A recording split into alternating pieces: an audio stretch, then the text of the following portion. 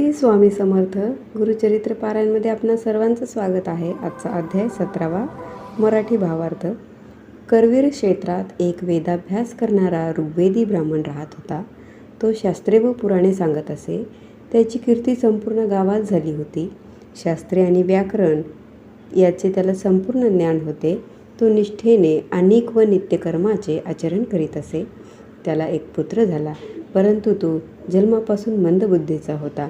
दुर्दैवाने काही वर्षांनी त्या बालकाचे आईवडील दुःखी असमाधानी अवस्थेत कालवश झाले, म्हणून तो आपल्या आजोबा आजीकडे राहू लागला। तो 7 वर्षाचा झाला तेव्हा त्याच्या आजोबांनी त्याची मुंज केली। आजोबांनी त्याला संध्या गायत्री मंत्र शिकवण्याचा प्रयत्न केला, परंतु शिकवलेले त्याच्या काहीच लक्षात राहत नसे। तेव्हा तो वेदाभ्यास तरी कसा करणार? त्याला शिकण्याची जिज्ञासा होती, परंतु मंदबुद्धीचा असल्याने त्याच्या काही लक्षात राहत नसे। जेथे कोणी अध्ययन सांगत शिकवित असत तेथे तो जाऊन शिकण्याचा प्रयत्न करी, पण तो लगेच विसरून जात असे। गावातील विद्वान लोक त्याची चेष्टा करीत असत, निर्भत्सना करीत त्याला खूप टाकून बोलत असत। ब्राह्मण कुळात जन्माला येऊन सुद्धा तुझे जीवन व्यर्थ आहे। ज्याला विद्या असते तोच लोकात मोठा मानला जातो। विद्या ही ब्राह्मणाची ठेव आहे। ज्याच्याजवळ विद्या असते त्याला जीवनातील सर्व सुखे मिळतात, तो यशस्वी होतो। एखादी व्यक्ती वयाने जरी मोठी असली तरी त्याला विद्या प्राप्त नसेल तर तो समाजात पूज्य ठरत नाही। त्या गावातील ब्राह्मणांना त्याने विचारले, माझी शिकण्याची खूप इच्छा आहे, तेव्हा या परिस्थितीत मी काय करावे? आपल्याकडूनच मला प्रेरणा व मार्गदर्शन व्हावे असे मी आपणास विनंती करतो। तेव्हा ते ब्रह्मवृंद उपहासाने त्याला म्हणाले, तुला विद्या प्राप्त होण्यासाठी पुनर्जन्म घ्यावा लागेल। या जन्मात तुला विद्या प्राप्त होणे शक्य नाही। हे ऐकून तो बालक अत्यंत निराश झाला व तो गाव सोडून जाण्यास निघाला। वाटेत अरण्यातून जात असताना अनेक वाईट विचार त्याच्या मनात येऊ लागले। तो खिन्न मनाने जात असता त्याला वाटले, मला सगळे लोक दूषणे देतात, आता मी जगून काय उपयोग आहे? जीव देण्याशिवाय मला आता दुसरा मार्गच नाही। असा विचार करीत तो चालत असता भिलवडी गावात आला। पोटात काही अन्न नाही, रात्रीची वेळ। अशा अवस्थेत तो गावातील जगन्माता भुवनेश्वरीच्या मंदिरापाशी आला। देवीचे दर्शन घेतले। अन्नोदक वर्ज करून 3 दिवस देवीच्या चरणापाशी बसून राहिला आणि हात जोडून देवीला म्हणाला, माझी जीभ छाटून तुला अर्पण करीत आहे। जर तू मला दर्शन देऊन यातून मार्ग दाखविला नाहीस तर माझे मस्तक मी तुझ्या चरणी अर्पण करीन। असा निर्धार करून देवीच्या पायाशी बसून राहिला। थोड्या वेळाने तो निद्रेच्या अधीन झाला। तेव्हा स्वप्नात देवीने दर्शन दिले व म्हणाली, बाळा, तू माझ्यावर रागावू नकोस। कृष्णेच्या पैलतीरावर लवकर जा।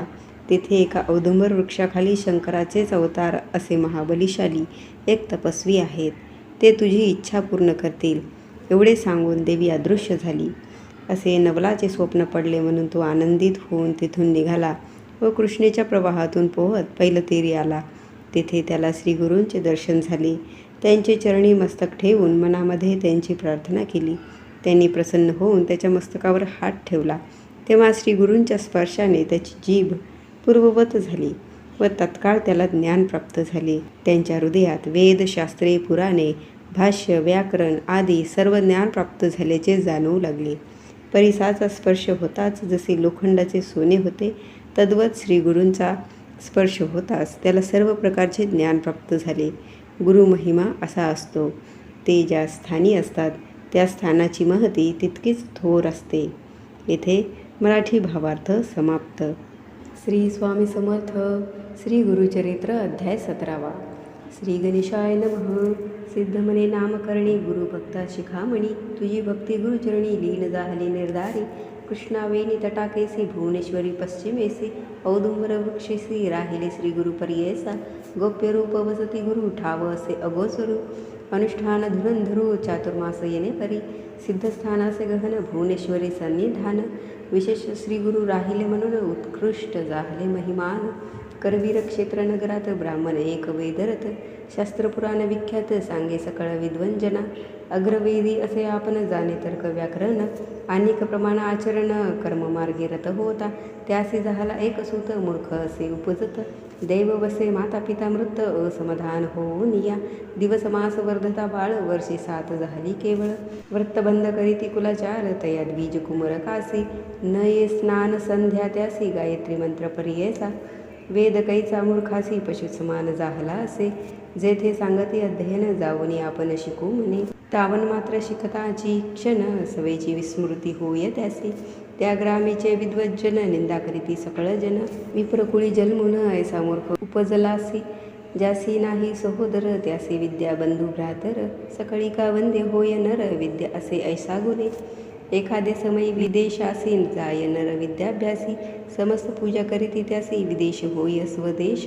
ज्यासी विद्या असे बहुत तोची होई ज्ञानवंत, त्याचे देही दैवत्व पूजा घेई सकळांपासी. ऐकोनी ब्राह्मणाचे वचन ब्रह्मचारी करी नमन, स्वामींनी निरुपले ज्ञान विद्याभ्यास करावया. जन्मांतरी पूर्वी आपण केले नाही विद्यादान, न ये विद्या याची कारण त्यासी काय करणे म्हणत असे. ऐसा आपण दोषी उद्धारावे कृपेसी, जरी असेल उपाय असे निरोपावे दातारा. परिसोनी ते ब्राह्मण सांगता ते हसोन, होईल पुढे तुझ जनन तधी येईल तुझ विद्या. से नाना परे निचोत्तरेसी बोलते द्विज लोक त्यासी.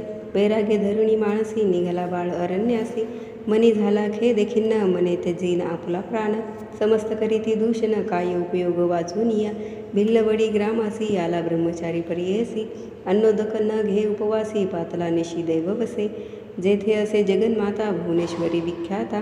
तेथे पातला त्वरिता करी दर्शन ते वेळी, न करी स्नान संध्या देखा पार करीत असे दुःखा. देवद्वार सन्मुखा धरणे घेतले तया वेळी, येणे परी दिवस तिनी निर्वाण मन करुनी. अन्नोदक त्यजुनी बैसला तो द्विजकुमर, नवे काही स्वप्न त्या लागुनी मनोनी कोपे बहुमनी. मने अंबा भवानी का उपेक्षिसी आम्हासी, आक्रोशोनी ते वेळी शस्त्रे घेऊनी अप्रबळी. आपुली जीवा तत्काळी छेदुनी वाहे देवी चरणी, जीवा वाहुनी अंबेसी मागुती मने परियेसी. जरी मज तू उपेक्षेसी वाहिन शिर तुझी चरणी, ऐसे निर्वाण मानसी क्रमिता झाला तो निशी. स्वप्न झाले तयासी ऐका समस्त श्रोतेजन, ऐक बाळ ब्रह्मचारी नको आक्रोशू आम्हावरी. असे कृष्णा पश्चिम तीरी त्वरित जाय तय स्थानी, औदुंबराचे वृक्षातळी असे तापसी महाबळी. अवतार पुरुष चंद्रमौळी तुझी वांछा पुरवील, ऐसे स्वप्न तयासी जाहले अभिनव परियेसी. जागृत होताची हरसी निघाला त्वरित तेथोनी, निघाला विप्र त्वरित पोहत गेला प्रवाहात. पैल तटा जावोनी त्वरित देखता झाला श्री गुरुसी, चरणावरी ठेवूनी माथा स्त्रोत झाला करिता. श्री गुरुमूर्ती संतोषता आश्वासिती तया वेळी, संतोषोनी श्री गुरुमूर्ती माता हस्त ठेविती. ज्ञान जाहले त्वरिती जिव्हा आली तात्काळ, इति श्री गुरुचरित्रामृते परमकथा कल्पतरो. श्री नरसिंह सरस्वती उपाख्याने सिद्धनामधारक संवादे भिल्लवडी स्थान महिमा वर्णनम मंदमती ब्राह्मण वरण प्रदानम. नाम सप्तदशो अध्याय. श्री गुरु दत्तात्रय अर्पणमस्तु. श्री गुरुदेव दत्त. श्री स्वामी समर्थ.